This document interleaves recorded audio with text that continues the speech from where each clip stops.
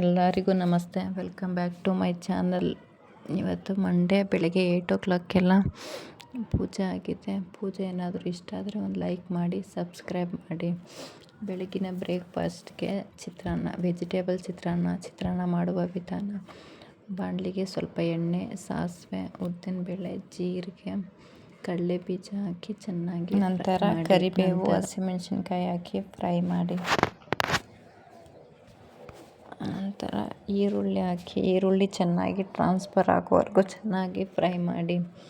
Beans ಮತ್ತು capsicum ಹಾಕಿ ಚೆನ್ನಾಗಿ fry ಮಾಡಿ. ರುಚಿಗೆ ತಕ್ಕಷ್ಟು ಉಪ್ಪು, ಸ್ವಲ್ಪ ಅರಿಶಿಣ ಪುಡಿ ಹಾಕಿ ಫ್ರೈ ಮಾಡಿ. ನಂತರ 2 tablespoon ತೆಂಗಿನಕಾಯಿ ತುರಿ ಹಾಕಿ ಫ್ರೈ ಮಾಡಿ.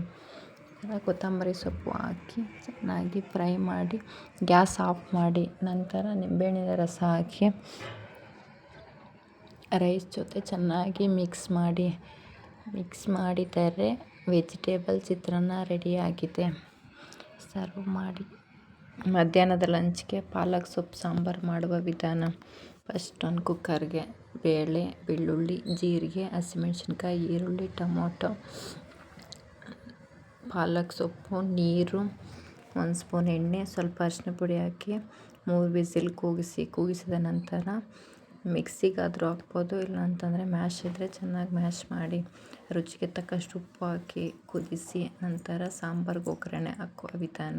ಸ್ವಲ್ಪ ಎಣ್ಣೆ, ಸಾಸಿವೆ, ಜೀರಿಗೆ, ಇಂಗು, ಒಣಮೆಣ್ಸಿನ್ಕಾಯಿ, ಕರಿಬೇವು ಹಾಕಿ ಒಗ್ಗರಣೆ ಆದ ನಂತರ 10 ನಿಮಿಷ ಚೆನ್ನಾಗಿ ಕುದಿಸಿದ ನಂತರ ರೈಸ್ ಅಥವಾ ಮುದ್ದೆ ಜೊತೆಗೆ ಸರ್ವ್ ಮಾಡಿ.